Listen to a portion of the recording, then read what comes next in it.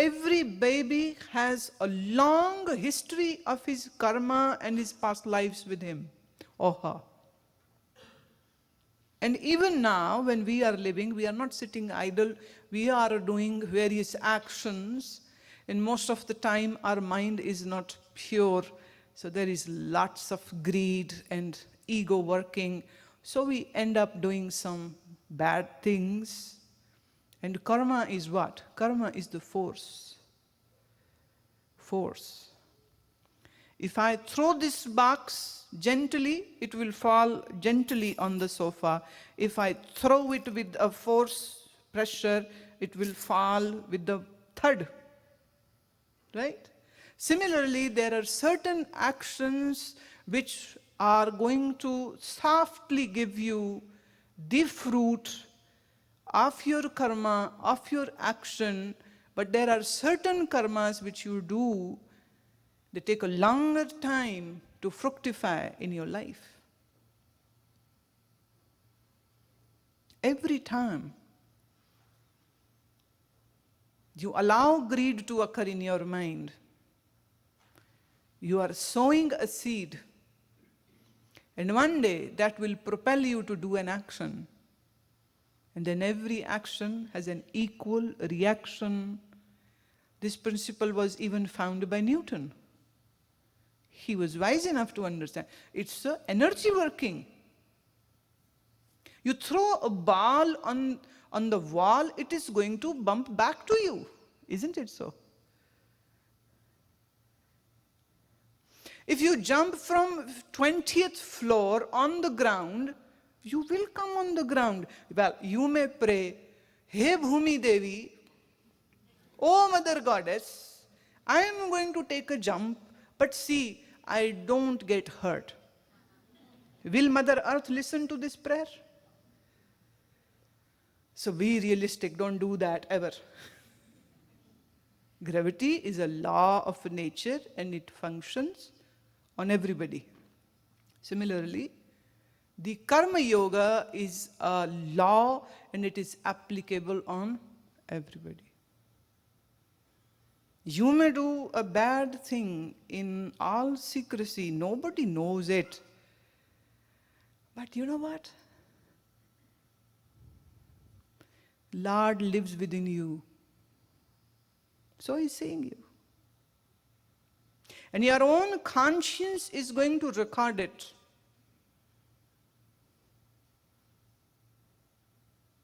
You have circuit cameras for security. Your camera is going to record anything and everything. If it was raining and you felt like doing a rain dance on your parking area, it is going to record even that.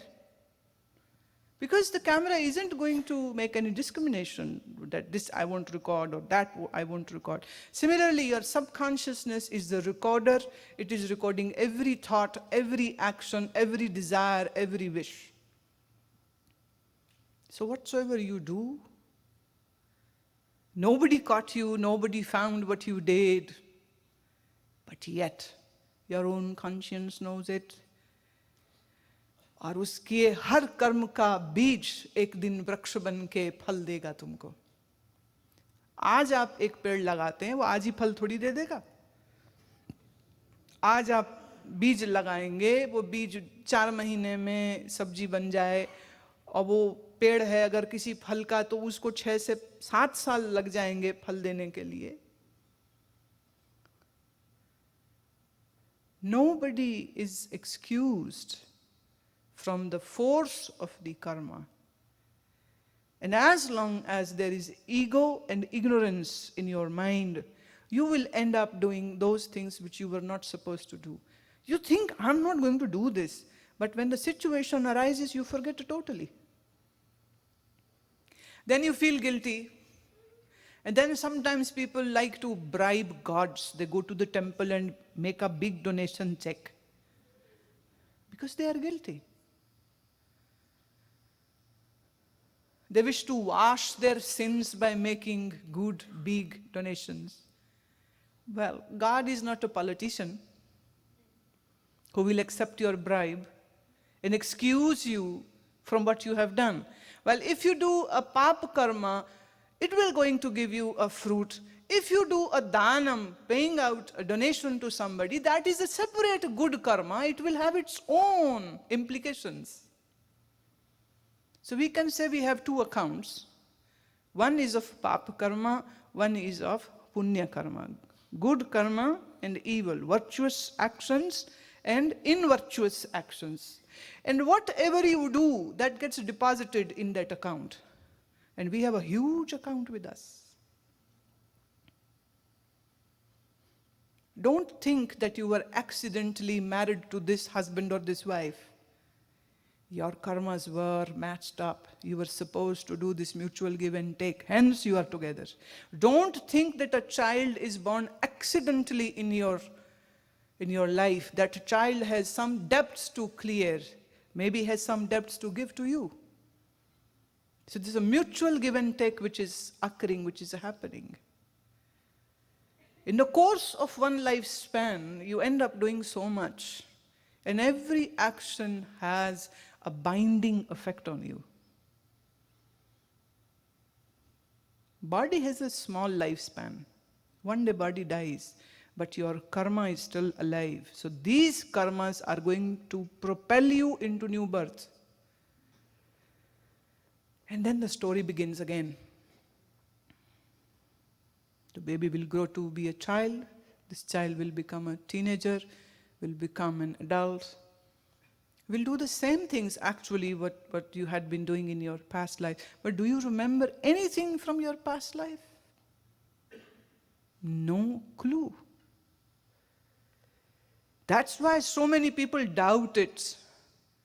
Who knows? It's just a sham. What's the evidence? How can you prove it? So on and so forth. But this is a fact. See, you don't know how the air conditioner was made, but you are using the air conditioner, right? Similarly, you may not know what happened in your past lives, but you are already living the continuity of this life and another many more lives. We happen to meet people, relatives, family, who are there to settle their accounts. And you too are going to do this mutual give and take. The whole philosophy of the Bhagavad Gita says that if you wish to come out of this cycle, you have to know who is the real being in you. And you have to transcend from the mind, intellect, the subconsciousness, and evolve and realize who you really are. And once that happens, then Nishkama Karma Yoga would occur, and that is you will do everything, but without the doer sense. I am the doer. I am the doer. Karta bhav, that will just go away. और जब बिना कर्ता भाव के तुम्हारे कर्म होंगे और ज्ञान अग्नि में समाधि की अवस्था में तुम्हारे पूर्व के सब पाप और पुण्य कर्म जल जाएंगे. This is very interesting. For a normal human being, every action is going to give a result, and they have to bear the fruit of their karma. But Gita says, and so does Upanishad say, and so does Guru Granth Sahib say, and so does Kabir and Farid, and all these mystic masters have said it unanimously.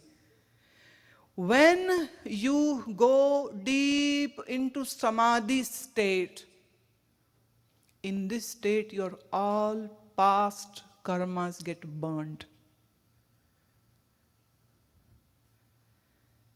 Your account gets cleared. And now there is no reason for you to come back or have a new life, a new birth, but because you have tasted the liberation, now you have the power. If you still wish to come back and work in benefit of people or to share what you have achieved, You have all the right to come back again. But that's a choice. See, in jail, the convicts are living. But they can't come out whenever they wish to. But in the same jail, the jailer too goes. And sometimes even lives in there. They have the residence over there. But is there any difference in between a jailer and a prisoner? Jailer has all the freedom and convict has none. So when we call someone enlightened, what does it mean? It means that that person is liberated, but made a choice to have a human body and to come back on this Mother Earth and work for the benefit of other fellow ignorant beings. That's their compassion. That's their love. That's what they wish to share.